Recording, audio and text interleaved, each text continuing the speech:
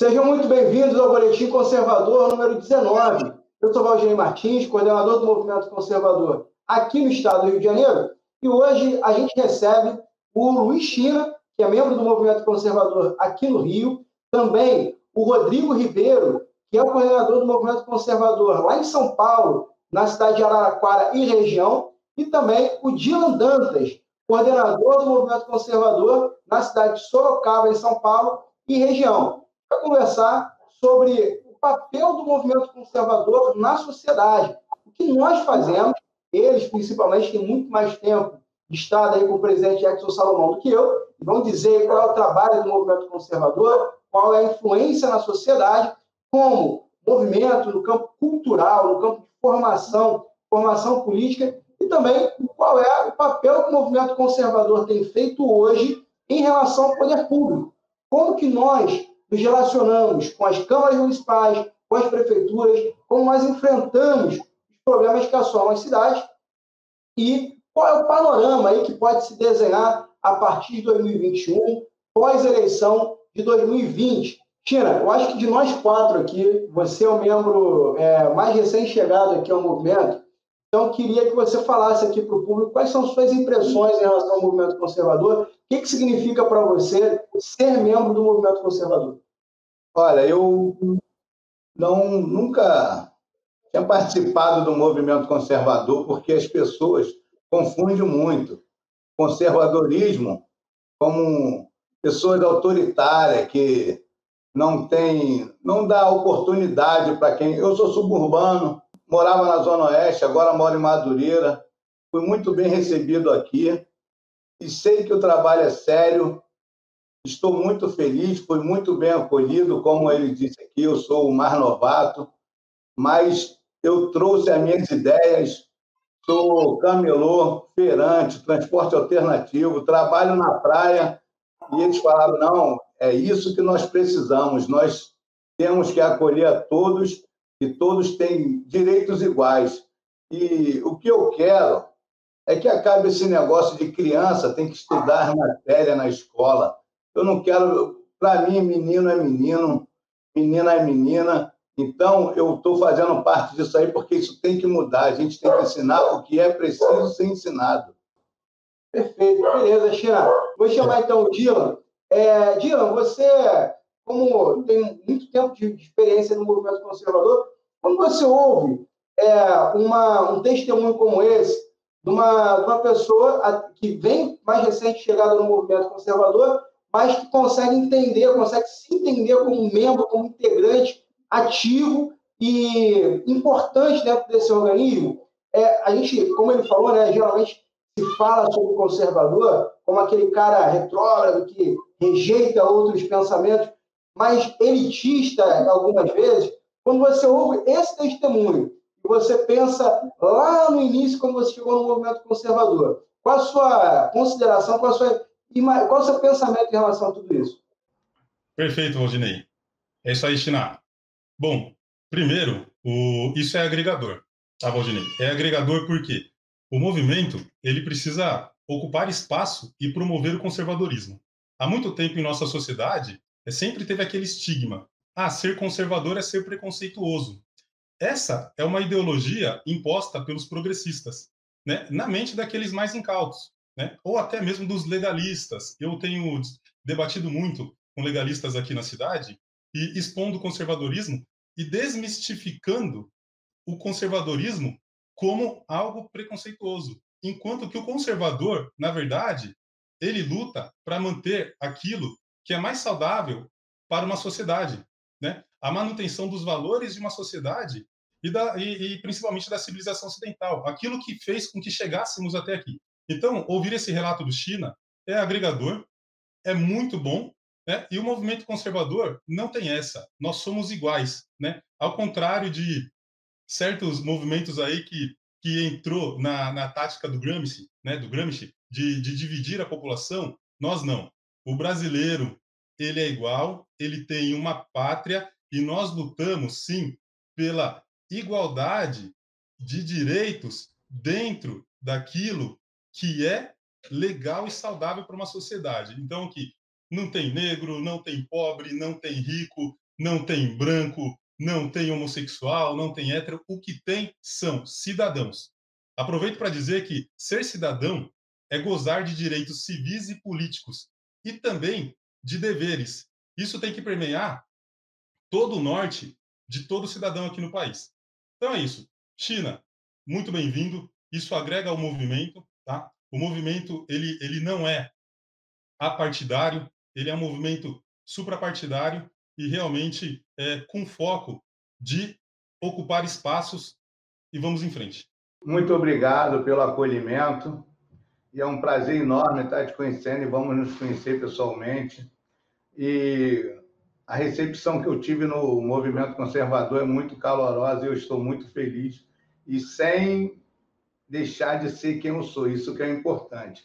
Não é você ir para um movimento que você tem que abandonar a sua origem. Isso aí não existe. Muito obrigado. Rodrigo, você é um cara que eu ainda não conheço, o Dylan, eu não sei se ele se lembra, mas no dia lá do evento em São Paulo, na Alesp, dia 3 de agosto, lembra disso? E estava lá na convenção onde foi lançado, anunciado, né, o movimento conservador, o Direito a São Paulo passando a ser um movimento conservador, e eu tive a oportunidade de estar lá na Alesp, mas o Rodrigo, acho que eu não cheguei a falar com ele, mas eu recebo muito material do Rodrigo sobre Araraquara, e sempre ali apontando o dedo na ferida da esquerda. Rodrigo, vamos contar para a gente aí como é que é. Araraquara é uma cidade pequena, né? Uma cidade mais afastada da capital de São Paulo, não é isso? E como é que é ser conservador? Como foi a chegada do movimento conservador? Qual o papel do movimento conservador aí na tua cidade de Araraquara, meu amigo? Olá a todos. Obrigado, Valdinei, pela oportunidade que você está disponibilizando aqui para a gente falar um pouco melhor sobre do que se trata esse movimento que já está há 4 anos atuando no Brasil, e tem tido aí uma grande relevância no nosso atual cenário político, principalmente em defesa do conservadorismo. Aproveito também já para fazer um complemento aí ao que o China comentou, né, de que ele não precisou mudar quem ele é, né, para se adequar ao movimento. E isso mostra, né, o que realmente o conservadorismo valoriza, que não é você se enquadrar em uma agenda, não é você seguir uma cartilha, né, seja de um partido ou de um movimento, mas você, no seu espírito, ser dotado de valores e princípios que você acredita que são essenciais para manter, né, a ordem na sociedade e também a garantia de direitos inalienáveis, como o direito à vida, como o direito à liberdade e o direito à propriedade. E eu entrei no movimento conservador, né, em outubro de 2017, porque eu comecei a tomar conhecimento sobre o que estava acontecendo no cenário global, podemos dizer assim, né, quando a gente vê pautas como descriminalização das drogas, do aborto, união homoafetiva, né, essas agendas a todo vapor no Brasil sendo pautadas na mídia, na educação, no judiciário, né, e que por um período aí geraram revolta na população, e eu também fui uma dessas pessoas, né, que foi alcançada por influenciadores, filósofos, pensadores autônomos que cresceram e apareceram nas redes sociais.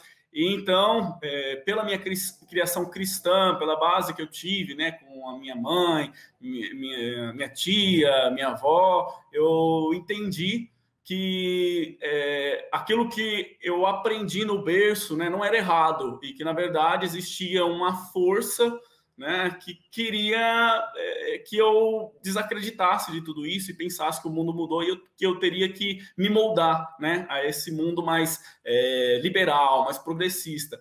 E isso gerou uma revolta, o Valdinei, Dylan, China, aqui na cidade, porque em 2016... né, o ex-ministro de comunicação da Dilma Rousseff, Edinho Silva, assim que a Dilma deixou o Palácio do Planalto e destituiu também, né, todo o seu governo, os ministros, esse ex-ministro Edinho veio para Araraquara para não perder o foro privilegiado e tentou disputar a eleição. E ele ganhou, infelizmente, né? E eu percebi que aqui na cidade existia uma engrenagem, que não era apenas, né, composta pelo executivo e seus secretários em Araraquara, mas também pela Câmara, por outros órgãos como OAB, o Ministério Público, movimentos estudantis, movimentos da Unesp, e a imprensa também, né? Tem que frisar isso, ela contribuiu muito para a disseminação de valores de esquerda, né, nesse período aí de 2016, 2017, e não aparecia nenhuma voz que pudesse mostrar a revolta, né? E eu, com o meu simples canal, né, página no Facebook, que tinha 200 curtidas no máximo, fiz uma convocação, né, depois daquela exposição que teve no MAN, do Peladão, né, que a criança foi lá tocar com consentimento da mãe, e aquilo gerou uma revolta aqui, né, os radialistas começaram a me criticar, falando que eu estava pedindo a volta da ditadura, sem me conhecerem, né? Então, eu era um louco que estava lá na Câmara gritando pela preservação da inocência das crianças, e outras pessoas cristãs também, ou que defendem os valores morais, né? Que é defender a criança, proteger ela, ensinar bons princípios, também foram lá, cerca de 20 pessoas. A esquerda foi com triplo de pessoas para tentar boicotar. Foi um reboliço aqui na cidade. Isso fez com que o Edson Solomão tomasse conhecimento do movimento, né? Então, a primeira coisa que me chamou a atenção na atuação aí, né, do movimento Antigo Direita São Paulo foi a necessidade, né, de ter uma voz que pudesse representar os valores conservadores no campo político. E a segunda coisa foi o respeito que o movimento teve em entender a minha luta e, ao invés de chegar para mim e falar, você vai fazer assim, assim, assado, oferecer a mão. Então, eles vieram e falaram, qual que é a dificuldade de Araraquara? E o movimento no Rio é engraçado, porque a gente tem gente de Copacabana, zona sul do Rio. Então, a gente tem pessoas aqui com uma... Se a gente for classificar financeiramente, economicamente, tem gente muito bem remunerada e tem gente que é bastante pobre.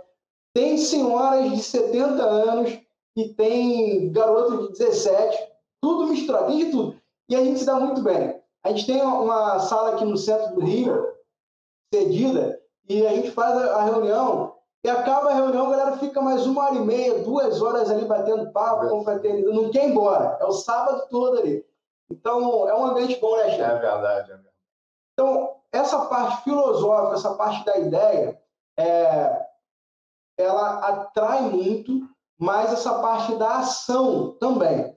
E agora eu queria falar sobre a ação, e eu queria que vocês fizessem um resumo rápido, porque depois a gente vai entrar num assunto que está agora na moda aí, né? O tema da vez, que é, infelizmente, o coronavírus e os abusos autoritários que as prefeituras têm cometido em relação a isso. Então, primeiro, eu queria que vocês falassem outras ações no município, além, né, fora o corona, deixa o corona para a próxima rodada. Rodrigo, como que o movimento conservador ele tem agido aí, quando tem algum projeto de lei bom ou ruim, quando acontece alguma coisa na cidade, vocês conseguem influenciar o poder público ou a opinião pública aí em Araraquara? Olha, hoje sim, Valdinei, e inclusive algumas coisas simples, né, eu pude reparar que nós conseguimos influenciar vereadores que conseguiram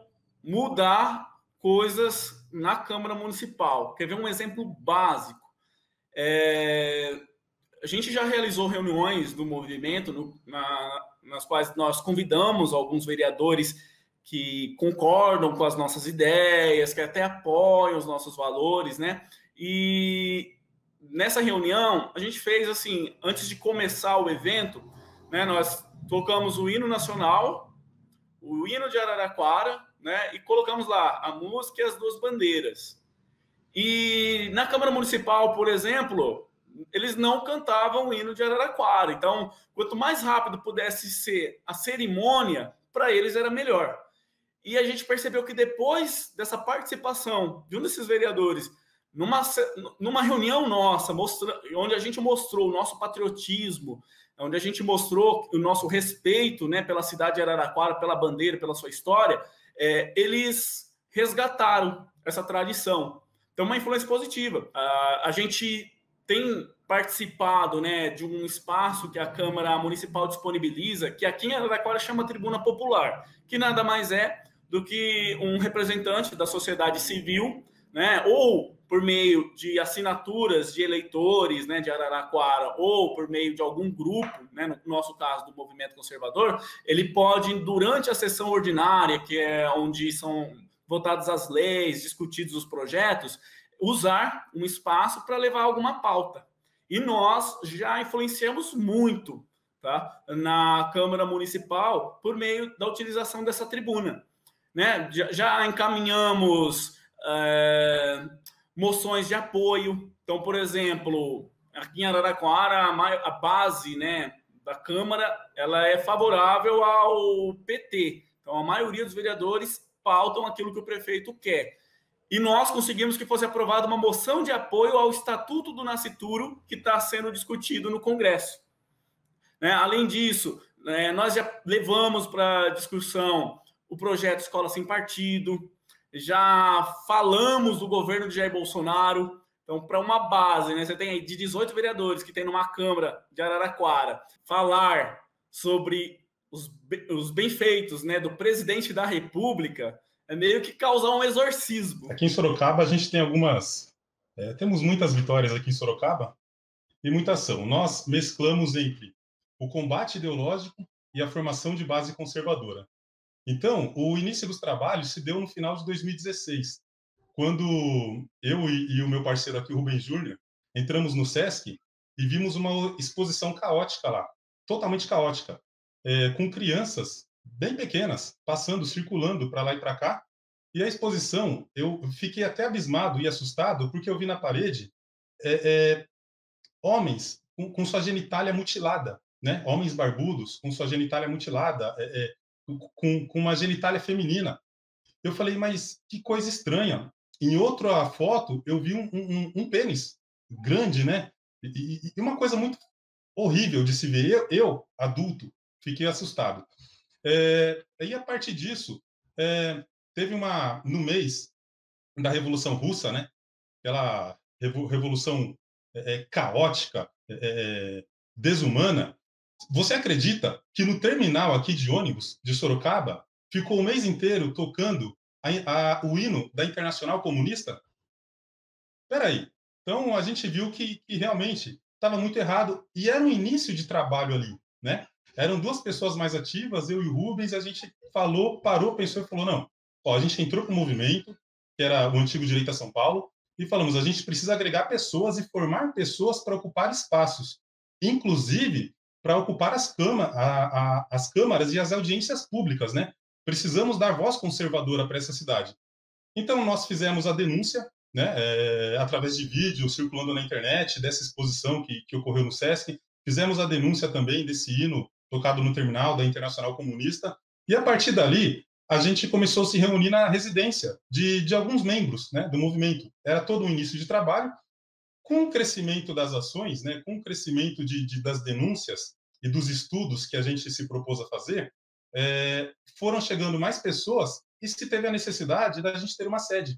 Então, hoje, já há algum tempo, né, alguns anos, a gente tem uma sede local, onde nós nos encontramos todos os sábados, né, Rodrigo, Rodinei, China, todos os sábados, faça chuva ou faça sol. Nós não paramos e nos encontramos todos os sábados, todas as semanas, fora os embates que nós temos em audiências públicas durante a semana, né, geralmente à noite, ou algumas outras ações. Com isso, essa sede pronta, começamos a transmitir estudos conservadores, né, formação de base conservadora, formando jovens. Então, nós temos jovens de 14, 15 anos, até pessoas aí com quase 70 anos, que faz parte do movimento hoje.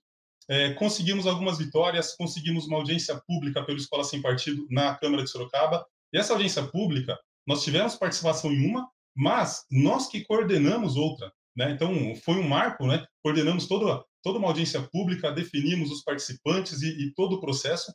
Fizemos 2 marchas pelo Escola Sem Partido aqui em Sorocaba, 2 marchas agregando pessoas, convocando nas nossas páginas, nas nossas redes, e começamos a trabalhar com palestras também. para a promoção do conservadorismo. É muito bom reunir esse excelente time do movimento conservador, Dylan Dantas, Rodrigo Ribeiro, Luiz China e tantos outros também que nós poderíamos chamar para participar desse bate-papo e que certamente em outra oportunidade a gente vai convidar, a gente vai conversar. São pessoas de diversos estados, diversos municípios que influenciam muito o nosso trabalho aqui do movimento conservador no Rio de Janeiro. A gente vai apresentar aqui o movimento conservador em Santa Catarina, Espírito Santo, Minas Gerais, em diversas outras localidades do estado de São Paulo, que foi precursor, né? Paraná, enfim. Então, você não perde por esperar. Essa conversa que nós tivemos aqui com Luiz China, com Dylan Dantas, Rodrigo Ribeiro, a gente estava tratando inicialmente da parte conceitual, né? Filosófica, cultural, ideológica do movimento conservador, que é o que dá embasamento àquelas ações que eles descreveram aí nas suas cidades, câmaras municipais, ações pontuais. E agora, no próximo bloco, que vai sair nos próximos dias, na próxima edição do Boletim Conservador, porque a conversa rendeu bastante, ficou longo, e aí a gente vai parcelando. Próxima edição, a gente vai tratar aí das ações do movimento conservador, como que nós reagimos àquela truculência do Estado. Araraquara, a gente presenciou aquela prisão absurda, né, na Praça dos Advogados. Sorocaba também tem várias ações. Aqui no Rio de Janeiro, Luiz China vai descrever como que o cidadão carioca é afetado pelos decretos do prefeito Crivella, do governador Wilson e também da omissão de grande parte da Câmara Municipal, da Assembleia Legislativa. Tudo isso vai ser tratado no próximo bloco. E como que o movimento conservador se posiciona em relação a isso? O que a gente fala, o que a gente faz e quais são as transformações, as alterações do cenário que a gente tenta produzir e provocar com a atuação do movimento conservador. Como foi dito nesse vídeo, você é nosso convidado para fazer parte, para conhecer de perto o movimento conservador nos diversos estados onde a gente está presente. Você pode entrar em contato conosco através das nossas páginas no Facebook, canal no YouTube, Twitter ou pelo www.movimentoconservador.com. Aí você preenche uma ficha e a gente vai entrar em contato com você. Um forte abraço e não perca a próxima parte dessa conversa. Até lá!